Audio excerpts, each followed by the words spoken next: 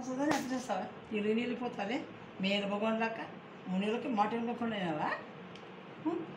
ఏమి లేదు ఎట్లా చూస్తాడు ఇట్లా చూస్తాడేమో లే లే లే లే లే లే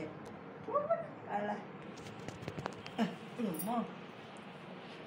పట్టుకునేది తేలేమో పట్టుకునేది తేలేమో అని ఏమ్మా